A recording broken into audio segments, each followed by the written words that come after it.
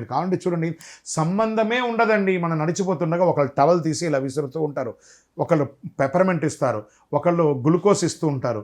స్వామి వారు ఇబ్బంది పడుతున్నారంటే మనుషు రూపంలో అలాంటి సేవలు చేసేవాళ్ళ. కొంతమంది అక్కడ కూర్చోగానే ఎవరో తెలియదు ఆ పాదాలు ఒత్తుతారు, స్వామి మీరు రిలాక్స్గా వెళ్ళండి అని. ఇంకా చాలామంది అన్నదానాలు చేస్తుంటారు. ఆ యొక్క వనయాత్రలో అంతా కూడా పెరుగన్నం లాంటిది, దద్దోజనం లాంటి గంజి కానీ ఇస్తూ ఉంటారు.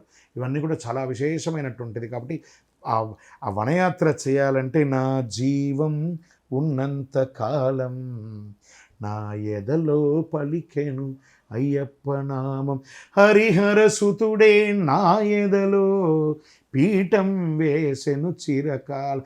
అంత అద్భుతం, అంత అద్భుతం. దాన్ని మనం అక్కడంతా కూడా నా వనయాత్ర చేసే ఎక్కడ చూసినా నీవే అయ్యప్ప సర్వాంతర్యామి స్వామి అయ్యప్ప. నా ఎక్కడ చూసినా అయ్యప్ప, ఆ ఊర్లో అయ్యప్ప, ఈ ఊర్లో అయ్యప్ప, ఆ రాష్ట్రంలో అయ్యప్ప, ఈ రాష్ట్రంలో అయ్యప్ప. అందుకే డ్రెస్ తేడా లేకుండా నల్ల బట్టలు వేసుకున్న ప్రతి ఒక్కరు నడిచి వెళ్తూ ఉంటే ఆ ఇరుముడిని టవల్లో పెట్టుకొని అది చేసుకుంటే చెప్తుంటేనే గూస్ బంప్స్ వస్తున్నాయి చూసారా. అంత అద్భుతం అండి ఈ యొక్క అయ్యప్ప దీక్ష అనేది. చాలా అద్భుతం. చెప్తూ ఉంటేనే నాకు ఎంతో ఆనందంగా ఉంది. అలాంటి వనయాత్ర స్వామి చేయడం, మీరు అడిగిన ప్రశ్న ఈ యొక్క టీవీ ద్వారా, చాలా జై హింద్ టీవీ ద్వారా చెప్తున్నటువంటి యొక్క విశేషం చాలా గొప్పది.